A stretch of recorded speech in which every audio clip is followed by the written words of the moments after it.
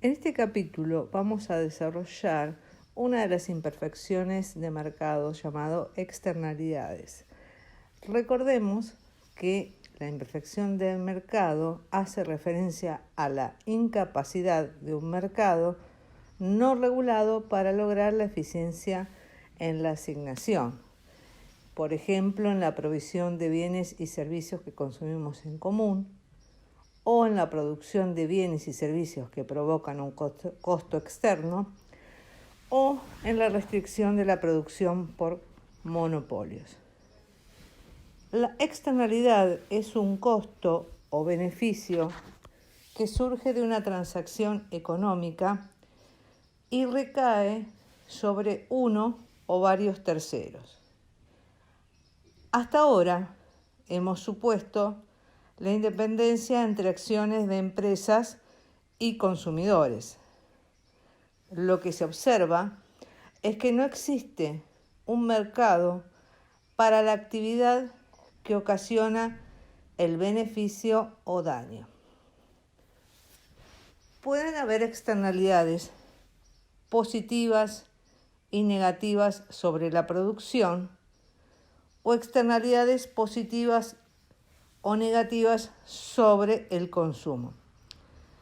Si vemos un ejemplo de externalidades positivas sobre la producción, imaginemos un campo con una plantación de girasoles, ¿sí?, que se encuentra a la orilla de un río y que anexado o a sus lados se encuentran otros campos de otros cultivos. El agricultor, para combatir las plagas, ¿sí?, va a rociar un pesticida sobre sus cultivos. Esto provocará, ¿sí?, que combatirá la plaga y mejorará su producción. También le va a producir un beneficio, ¿sí?, es decir, una externalidad positiva en la producción del cultivo del campo vecino, ¿sí? Pero si este campo se encuentra, como dijimos, cerca del río y el agricultor arrojó este pesticida no queda solo en la planta, sino que también cae en el suelo. Y se produjera una lluvia, este pesticida comenzará a filtrarse en la tierra y a correr hacia el río, lo que provoca una mortandad de peces. Es decir, que lo que ha provocado es una externalidad negativa sobre la producción de peces. Si vemos otro ejemplo de externalidad positiva sobre el consumo, tenemos que hacer referencias a las campañas de vacunación, las campañas de lucha contra el dengue, es decir, aquellos servicios de salud que nos permiten mejorar la higiene personal, cuidar la piel.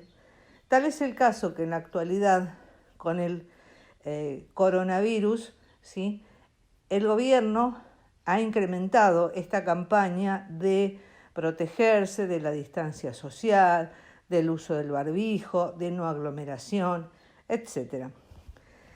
Dentro de las externalidades negativas sobre el consumo, el más evidente es la contaminación.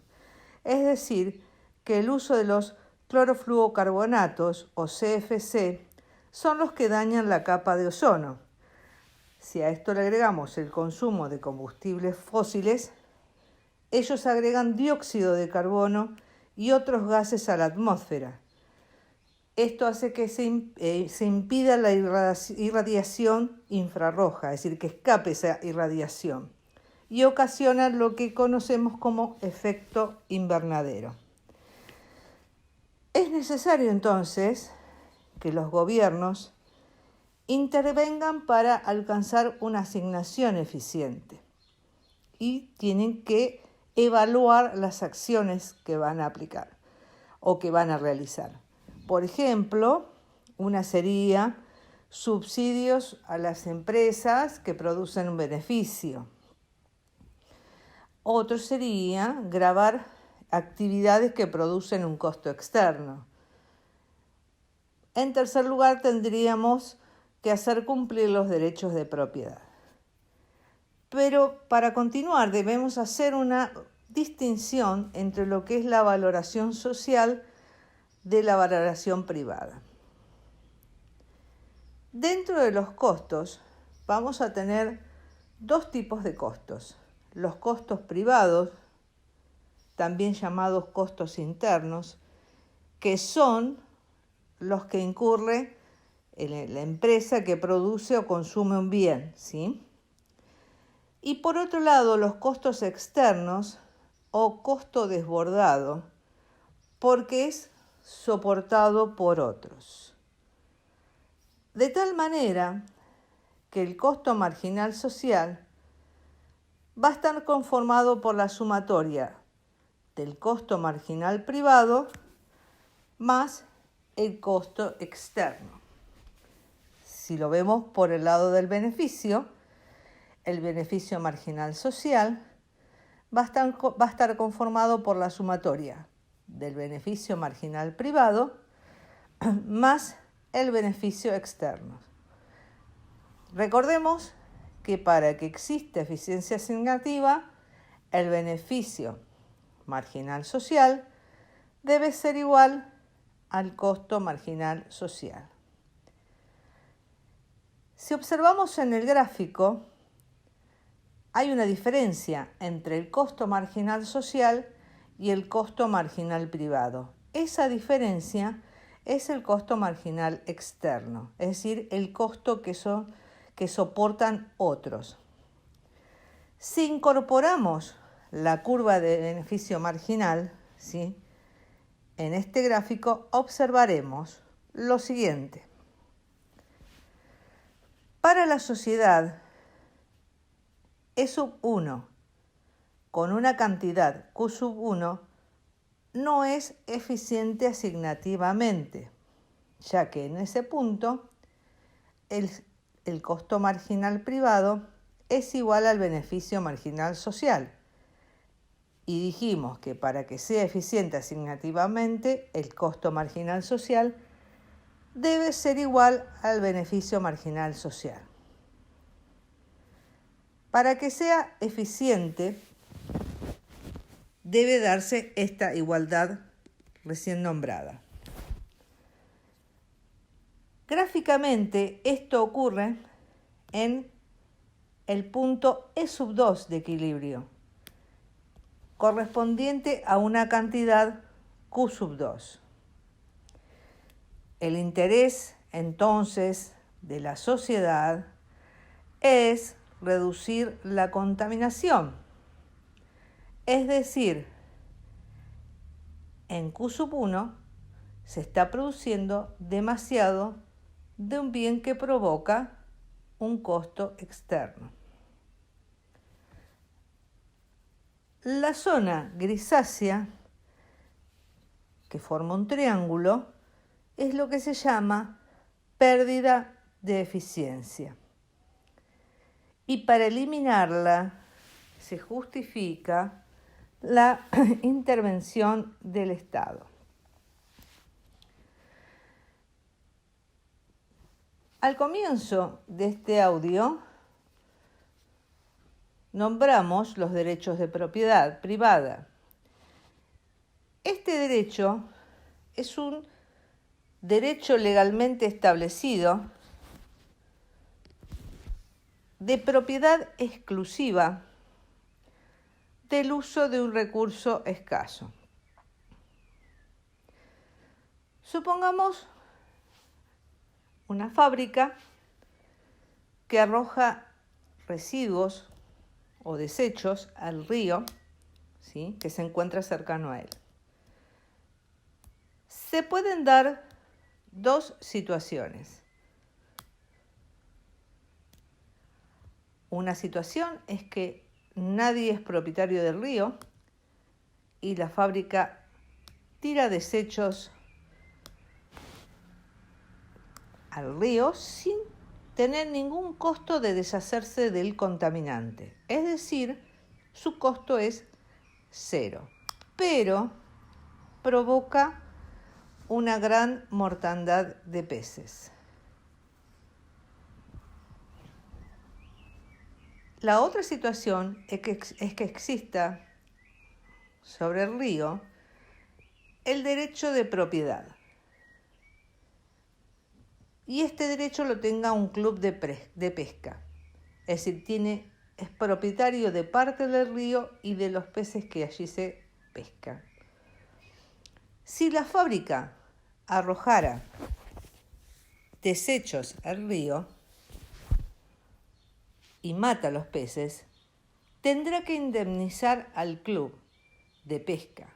Es decir, que ya su costo por arrojar desechos no sería cero, sino que sería la indemnización. Si hacemos referencia al servicio de transporte, el uso de este transporte, así como otros vehículos, provocan gases que contaminan y que se dirigen a la atmósfera, provocando lo que anteriormente dijimos del efecto invernadero y de la capa de ozono. En el gráfico se puede observar que la demanda es igual al beneficio marginal y me indica cuánto valoran los consumidores cada nivel de producción. El costo marginal privado es el costo privado de producir servicios de transporte. Por lo tanto, el costo marginal social queda conformado por la sumatoria del costo marginal privado y el costo externo. Si el mercado es competitivo y sin regulación, la gente viajará según lo indica Q sub 0 y el precio que pagará será P sub 0.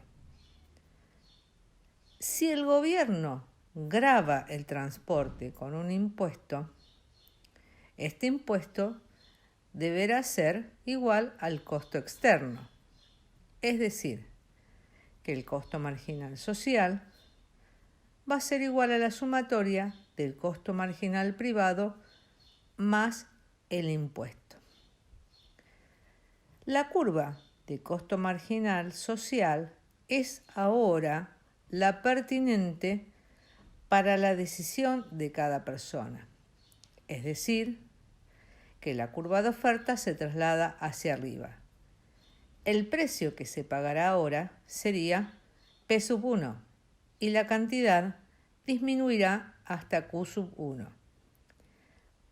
En este punto, la asignación es eficiente. Por lo tanto, cuando la cantidad es mayor a Q sub 1, el costo marginal social es mayor al beneficio marginal social. Y cuando la cantidad es menor a Q sub 1, el beneficio marginal social es mayor al costo marginal social. Ambas situaciones muestran una asignación ineficiente. Si en vez de el Estado gravar, es decir, colocar un impuesto, ¿sí?, otorgara un subsidio, por ejemplo, a la educación, se puede observar gráficamente que la curva de la educación es igual a la cantidad de educación que se demanda a cada precio cuando la gente tiene libertad para elegir lo que quiere. El beneficio marginal privado es el beneficio que obtienen los individuos que reciben educación. En el mercado competitivo de educación privada, se generará una cantidad Q sub 0 a un precio P sub 0. Supongamos que el beneficio externo da como resultado un beneficio marginal social. La eficiencia, como ya dijimos, sucederá cuando el costo marginal social es igual al beneficio marginal social, donde la cantidad es Q sub 1 y el precio es P sub 1.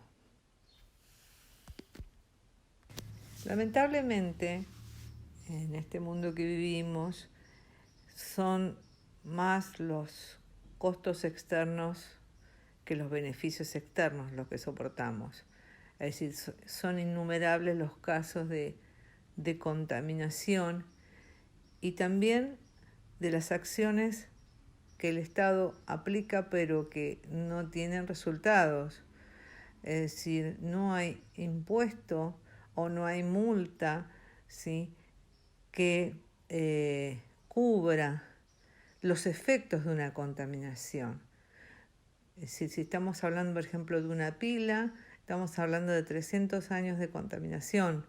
Es decir, no hay nadie, no hay dinero que justifique o que cubra, ¿sí?, ese costo externo. En la zona también, lamentablemente, en nuestra zona donde vivimos, hemos experimentado casos de contaminación muy renombrados, ¿sí? Y como explico en el libro, uno de los casos fue el de la contaminación por plomo, que fue, es decir, dado a conocer, es decir, está viralizado, es decir, público conocimiento del municipio, ¿sí?, de los sectores involucrados. Así como eso también hay otro ejemplo en el libro, ¿sí?, de los basurales a cielo abierto. El basural a cielo abierto no es solo aquí, es en todo el país y es con lo que hay que combatir este basural a cielo abierto, ¿sí? No pueden existir. Para eso tiene que haber empresas tipo el SEAMSE que puedan procesar esta basura y no hacerlo a cielo abierto. Pero lo más importante es saber que está en nuestra conciencia también, en nuestra responsabilidad, en nuestra actitud, el tratar de evitar o reducir esta contaminación. No eliminar porque va a ser imposible, ¿sí? En este mundo de producción continua y consumo, mientras exista este consumo, ¿sí?, desmedido y esta producción desmedida, esta contaminación va a existir.